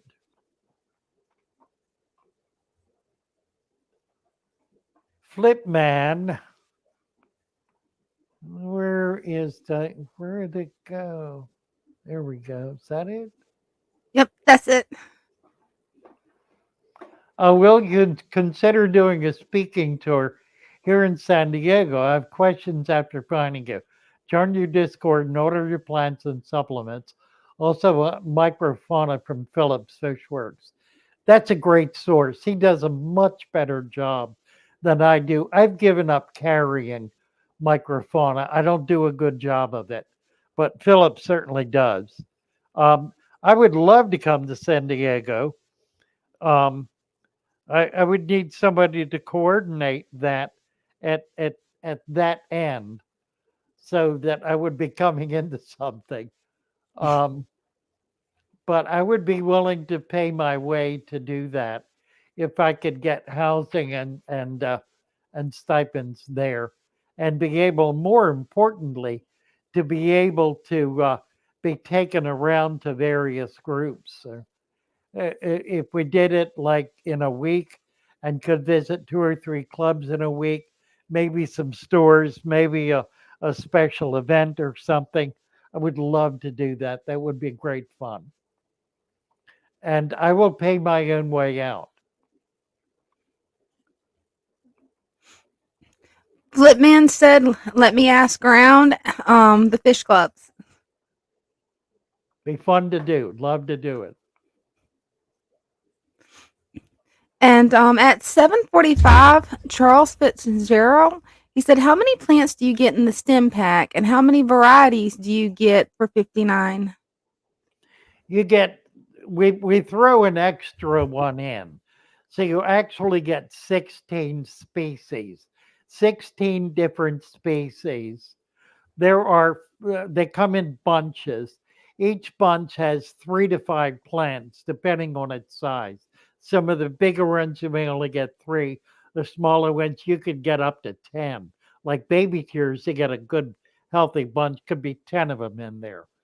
Um, so it's like at least 50 individual plants.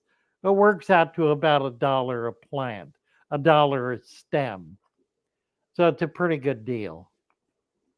And 16 different species. Now, when we order these, we order from the farm 20 different species. We get however many we need. Typically, it's about 100 of each species. We then line them up in 2 rows of 10, one person on one side of the table, one on the other. We pick 8, put them together to make 16, put them in a bag, and continue down the line. So there are variations each week. There are not the same identical plants in every bag. We do that in order to ensure we get enough because the count is not always accurate. Sometimes it's over, more often it's slightly under. So that way we get more than enough and we're able to do a few extra packs, special packs we call them, at the end that may have 4 of one kind and 4 of another, like that with whatever is left over. Still 16, but it's not the same variety. Jammy is saying, I would assume the same would apply to water lilies. They grow a bit like that. Yeah, that's exactly right. They have a leaf that grows in the water that absorbs nutrients, that gets the plant strong enough to send a stem up to the surface. That stem then opens either as a flower or as a leaf. It'll do leaves first, producing more nutrients for the plant to then be able to do a flower. Darbwire has a really good question, Fatherfish, and it's at 7:46.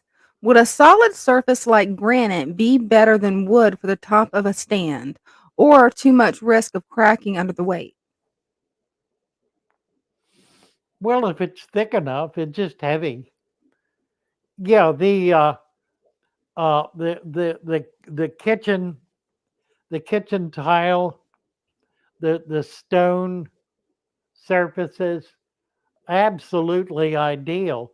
It's simply a matter of having a stand sturdy enough to be able to hold the weight. But yeah, it absolutely is strong enough.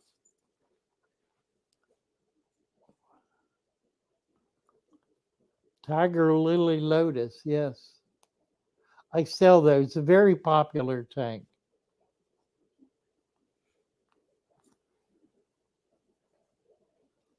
No, the weight of a tank. Think about this. The weight of a tank is really not extreme. It's essentially the weight of water and dirt. Human beings weigh about the same as dirt. A similar volume of dirt to human body would weigh pretty close to the same amount. Stand 10 200-pound men in a room, you wouldn't really think much about it. 10 men in a big room standing close together would not give you any concern at all. That's 2,000 pounds. That's a ton. That's equal to a 200-gallon tank full of water and sand. 200-gallon tank is about 6 feet wide, 2 feet deep, and 2 feet tall. So Makes sense. tanks really are not extreme weight. It's not like solid rock, solid granite, which would be considerably heavier. That volume of solid granite could weigh 10 ton. You would not consider putting such a thing on your floor. You would not even consider it because you know it would go right through the floor. A fish tank, if the only consideration, and it's really not a major one, is to set the tank so that it is perpendicular to the beams on the floor. That distributes the weight through 4 to 6 beams rather than just 2. It should not even be a consideration, but it certainly is a safeguard and one that nobody would have a problem doing. Absolutely.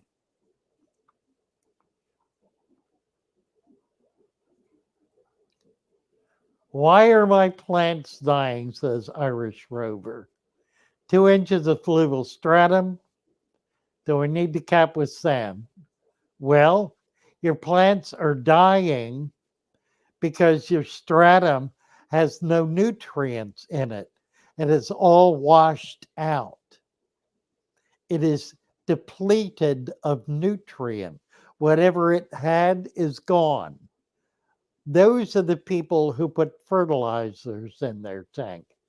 If you will add an inch of sand to that, just 1 inch, and then build a food web on top of it, you'll notice an immediate change in plant life. The plants will perk up, and within a matter of a few months, they'll begin finding nutrients again because the substrate will be able to keep the nutrients in the substrate rather than them being washed out in the water. You're probably also doing water changes, which means you're further depleting the tank of nutrients.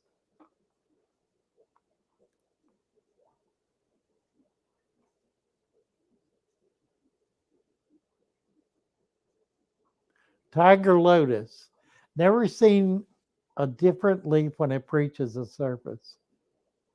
Yeah, well, it will give up once it breaches the surface. Any stem, it'll do the same as any stem, or most stem plants, I should say. It'll drop all of the leaves in the water.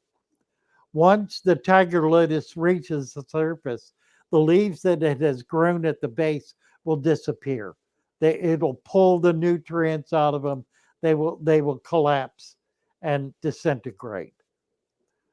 The way to keep a tiger lotus is to keep trimming those leaves that are coming to the surface. Trim the stems. As soon as you see a stem, cut it. And you'll be able to keep those beautiful leaves. And they really are exquisite leaves. Now, it's not going to ever bloom for you, but it'll be a very pretty plant in your tank. Undergravel filter, says Mike Morgan. Yes or no? No. An undergravel filter is completely counterintuitive.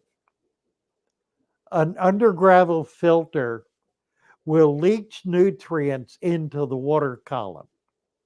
It's not just pulling water down into the substrate, it's also driving water out of the substrate.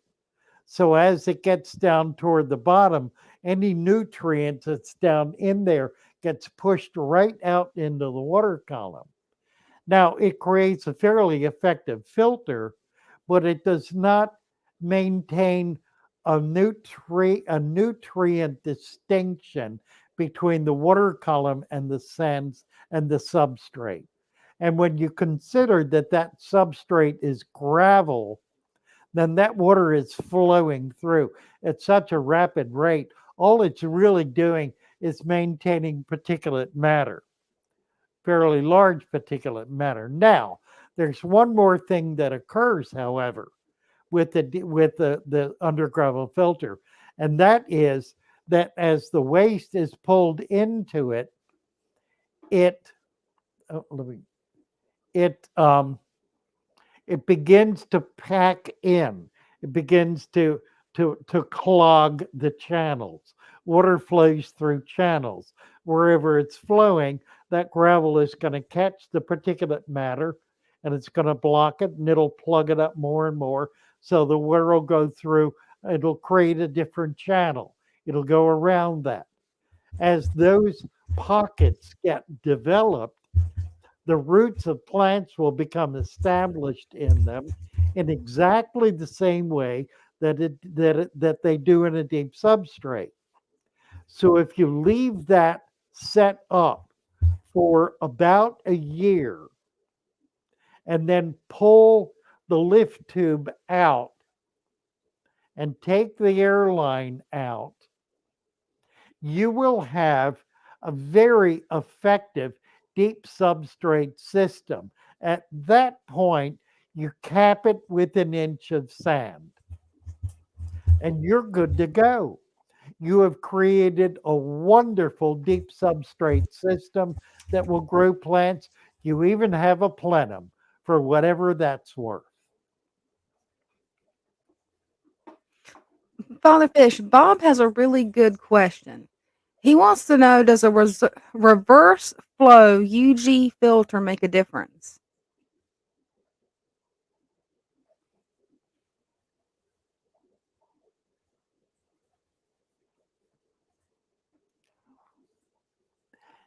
It makes a difference, but it's not a difference between a regular undergravel filter because the flow is moving at such a rate that the particulate matter, the dissolved matter in the water is coming back into the water column.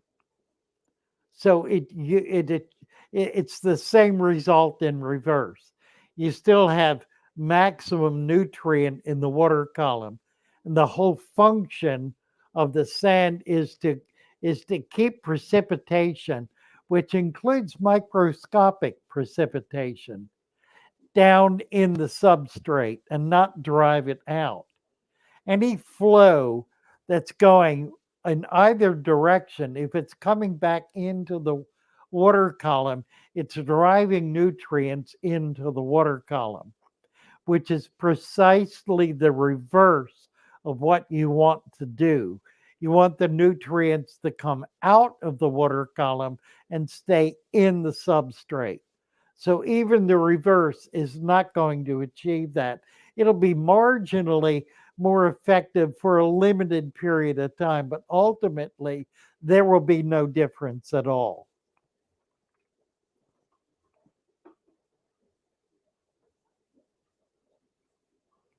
Karen Hahn, talking about Irish Rover's question, um, fluvial capping it with sand, lost a fortune in plants. In a year's time, if you've not been taking all those dead plants out but have left them in there, that detritus will have precipitated into the substrate and created nutrients in that fluvial stratum. In other words, it'll create a dirt layer in there. The critical thing is to do a food web because the food web creates substantially more nutrient to get into that substrate. So anyone who has gravel encapsulated with sand, I always recommend a food web because you need the addition of a strong nutrient foundation going into it in order to really enrich that deeper substrate.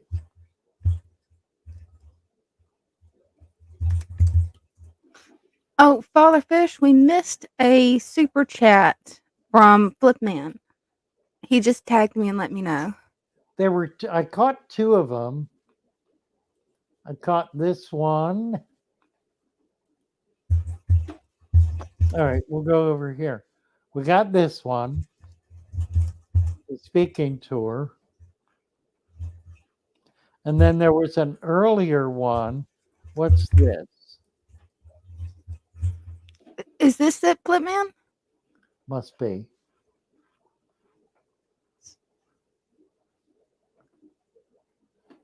What is that one?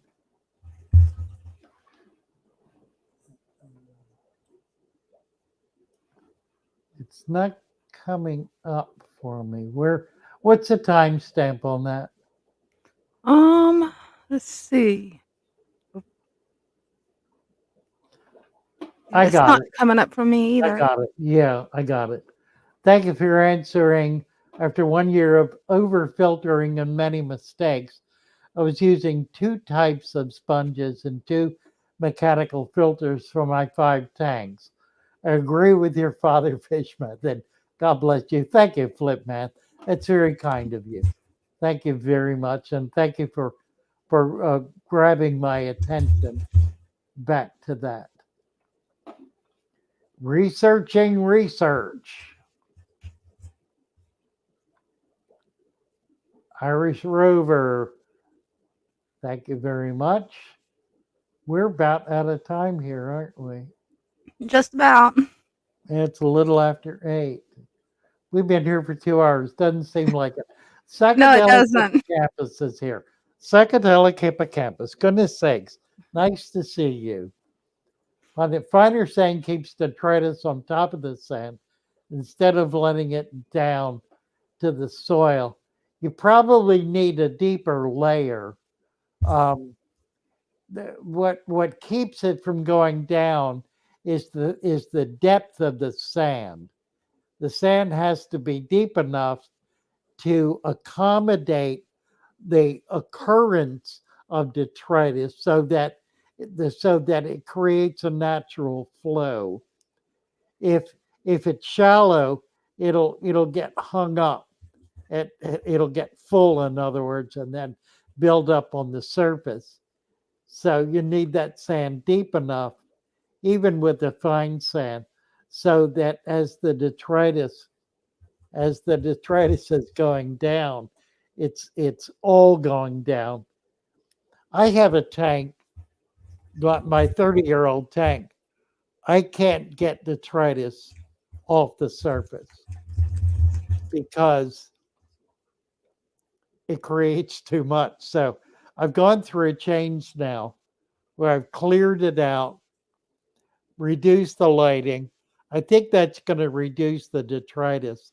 What I have not done yet is add a half-inch of sand, which I will do. I'm going to add a half-inch sand to that and see if that makes a difference.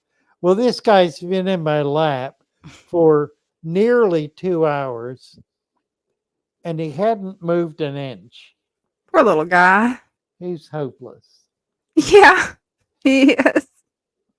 Oh, Slothers had Bucenubius and Arucolon flower. How nice. How nice.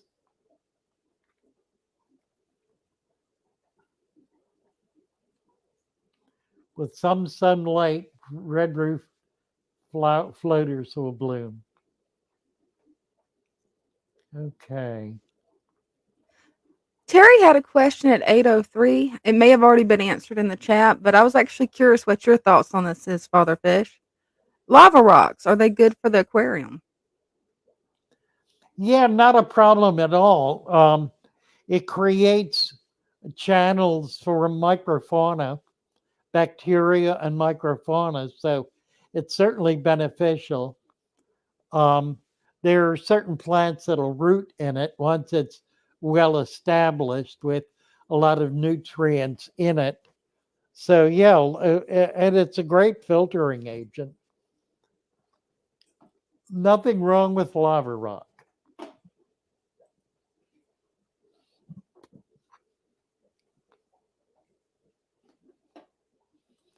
All right, we're down to the bottom here. Yep. Anything else? Not that I can think of. All right. Love you all. Wonderful to be with you.